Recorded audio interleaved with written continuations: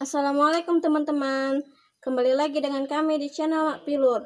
Jadi seperti biasanya kita bertanya jawab. Jadi di sini ada 3 pertanyaan.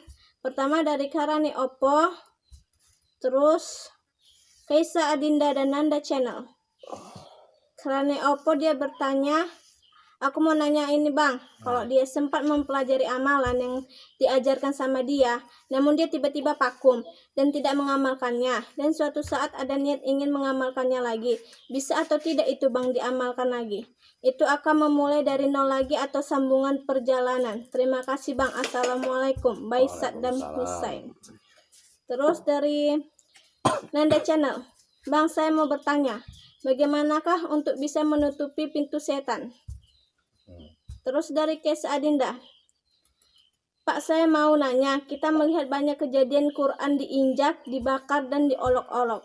Saya sedih melihatnya Pak, tapi saya tidak bisa berbuat apa-apa. Apakah saya berdosa Pak? Dan apa tindakan yang harus saya buat untuk menghapus dosa saya? Terima kasih sebelumnya Pak. Oke. Kita jawab dulu pertanyaan siapa? Sabdan Husain ya kan. Katanya dia udah belajar amalan katanya, tiba-tiba berhenti. Apakah bisa dimulai lagi balik gitu kan? Ya sebenarnya gini. Jadi kalau dia udah sempat amalannya itu ibaratnya kalau dalam apanya duduk dia kan pada diri kita, ya kita tinggal melanjutkan aja gitu kan. Jadi ibaratnya sama kayak kita parang itu udah kita asah, ya kan? Udah tinggalkan, tapi simpan tempat yang bagus gitu. Jadi itu tetap tajam, cuma agak berkurang sedikit, paling ngasih sedikit lagi udah bisa dipergunakan lagi gitu. Dan pak di asal di sembarangan apa ya bekarat kan gitu, nggak bisa. Jadi tapi amalan apa kan gitu, amalan kan banyak jenis.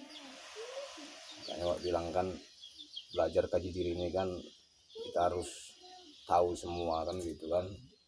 Jadi kan kayak Saddam Hussein katanya, mungkin dia terpengaruh sama orang, misalnya ada yang bilang ini bid'ah, ini apa. Ya, jadi nggak usah kita jadi wayang, kita harus jadi dalang kan gitu. Kita buat pengaruh sama orang, oh itu bid'ah katanya. Ya sekarang tunjukkan di mana bid'ahnya kan gitu. Jadi kadang kita mempelajari kitab suci ini, ya kan, itu harus hati kita itu bersih dalam mengkaji kitab suci tadi itu. Jadi kalau hati kita tidak bersih, kita hanya membaca Quran tadi sebagai olok-olok namanya. Olok-olok tadi baratnya untuk memperdaya yang lain. Nah, kita cari dalilnya untuk mematahkan yang lain. Kita cari dalil untuk mematahkan yang lain, nah gitu. Bukan kita itu untuk mempelajari, itu untuk mengkaji menjadi pelajaran, enggak. Untuk mematahkan argumen yang lain. Nah, berarti kan situ kita kan Quran ini enggak murni lagi, karena kita hati kita enggak bersih, enggak suci, mengandung kebencian, mengandung istilahnya perasaan sombong, merasa paling benarnya kan gitu. Nah itulah dalam mempelajari Quran ini dikaji, dipahami itu harus dengan betul-betul hati yang suci. Nah itulah. Jadi enggak, kadang kebanyakan kan dia membaca ayat ini untuk membantah si Polan tadi. Hadis ini untuk membantah yang ini, bukan untuk dipelajari betul-betul untuk dirinya. Quran ini turunkan untuk diri kita. Untuk kita pelajari untuk menjadi apa kita pedoman untuk menjalani hidup ini, bukan untuk pedoman untuk mematahkan argumen orang lain, bukan. Itulah, makanya harus betul-betul suci hatinya. Itulah. Jadi kembali lagi si apa tadi si apa namanya Kaisa Adinda, Quran diinjak dibakar katanya. Nah, itu tadi. Jadi dalam arti pengertian Quran tadi itu, Mbak bilang tadi kan, dulu pada zaman Nabi Muhammad pun kan Quran itu kan nggak seperti sekarang dibukukan kan, sekarang ini waktunya dibukukan kan gitu. Jadi kalau dibakar orang itu Quran diinjak, itu kan hanya sebatas kertas kan gitu. Ya bukan artinya kita nggak sedih, ya sedih. Cuma kan nggak menjadi problem sama kita itu, karena Quran sesungguhnya di diri kita tadi itu kan gitu. Jadi lebih durhaka kita apabila kita Islam menyakiti hati orang lain. Karena kenapa? Karena tipuan Allah ada di situ. Kan gitu. Di diri manusia terdapat tipuan Allah kan gitu. Itu sebenarnya yang kita jagakan. Jadi kok Quran ini kan sebatas kertas, tapi kan isinya itu kan ada pada diri kita. Jadi nggak usah khawatir, karena habis-habis Quran pasti dimunculkan Allah kembali untuk mengingat Quran tadi dulu pada zaman Nabi dulu para sahabat dulu yang mengingat itu disatukan dia menjadi sebuah kitab namanya kan gitu. Jadi kalau dibakar siapa ya biar orang itu berurusan sama Allah. Kan? Nah, jadi tadi Pak bilang jangan kita memuliakan suatu benda mati kan gitu. Terkadang kan memuliakan suatu benda mati, makanya kayak kuburan ada orang-orang suci dikeramatkan gitu, minta berkah gitu. Ibaratnya kayak Zaman sekarang jatuh Quran tak, wah astagfirullahaladzim gitu kan. Tetapi dia ketika dia melawan sama orang tuanya, ya rasanya biasa. Ketika dia menyakiti seseorang, rasanya suatu hal yang biasa kan gitu. Padahal sesungguhnya tiupan Allah itu ada pada diri setiap manusia tadi itu. Makanya Islam ini bukan berbentuk golongan, bukan untuk golongan. Islam ini rahmatan lil alamin, untuk semua. Maka sentuh hatinya masing-masing. Jadi jadikan Islam ini sebagai rahmatan lil alamin gitu.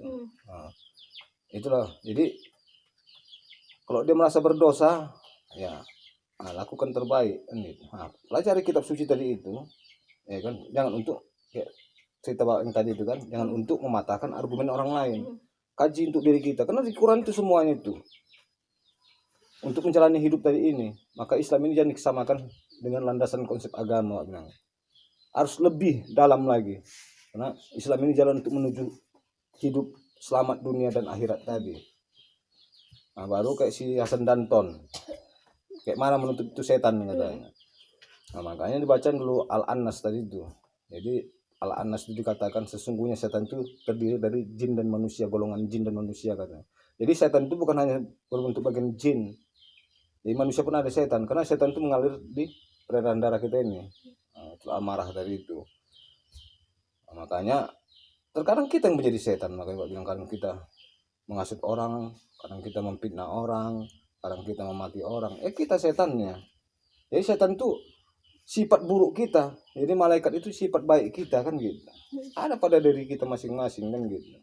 Nah, jadi kalau mau dia menutup pintu setan, pesan sama Hasan Danton, tutup pintu rumahnya biar dia nggak bisa keluar kan gitu. Karena sesungguhnya setan itu musuh yang nyata bagimu, nyata berarti terlihat. Ya. Kita setannya, makanya kok mau tahu kita setan berkaca. Nampaklah setan tadi itu kan gitu kan. Nah, makanya sama Hasan Danton, dia cara menutup pintu setan, tutup pintu rumahnya biar nggak pokok-pokok memfitnah orang, nggak pokok-pokok dia menghasut orang, nggak pokok-pokok dia menyakiti orang kan gitu. Nah, itulah sebenarnya cara menutup pintu setan tadi itu. Kita berbanyak puasa. Puasa itu kita mengendalikan nafsu namanya. Jadi ada kata orang puasa itu katanya setan itu diikat. Nah, jadi setan itu diikat. Jadi orang-orang awam berpikir, wah pocong diikat, anak diikat. Karena dalam pikiran orang kan setan itu pocong, genderuwo, itu loh bagian setan tadi. Tidak. Benar setan diri kita itu diikat. Kenapa dalam arti diikat tadi? Kita mau istilahnya berbuat ini nggak bisa, batal puasa. Mau kita ini nggak bisa, batal puasa. Setan kita ikat sendiri, setan yang di diri kita ikat. Itulah korin tadi kita ikat. Bukan dalam arti pocong tadi diikat, bulan puasa jalan-jalan kita setan aja diikat, bukan. Nah, itu makanya pengertian orang awam ini sekarang akibat tadi tidak belajar dia yang gaib tadi itu, jadi dicampur aduk semua. Makanya banyak pelajaran dicampur aduk. Makanya kayak Pak bilang itu ada pelajaran kayak misalnya kayak sholat subuh kau biar rezekimu lancar. Ini malah balik Pak bilang. Tidak ada hubungannya sholat dengan rezeki. Jadi banyak orang kafir, orang apa segala macam itu nggak sholat kaya. Kenapa? Di situ membuktikan bahwa tidak ada hubungannya sholat dengan rezeki. Rezeki kok mau rezeki itu kita kerja usaha. Kan gitu. Jadi dicampur aduk. Dunia akhirat ada akhirat. Nah, jadi terakhirnya orang pamrih. Wah, sholat inilah aku, biar rezekiku lancar. Sholat ini aku, biar rezeki apaku ini. Ini semua itu bentuk pamrih, nggak lagi yang mutlak lillahi ta'ala, karena Allah tadi. Gitu. Nah, jadi kurasa itu aja dulu yang bisa Bapak sampaikan kan. Nah, lebih kurangnya minta maaf kan gitu kan.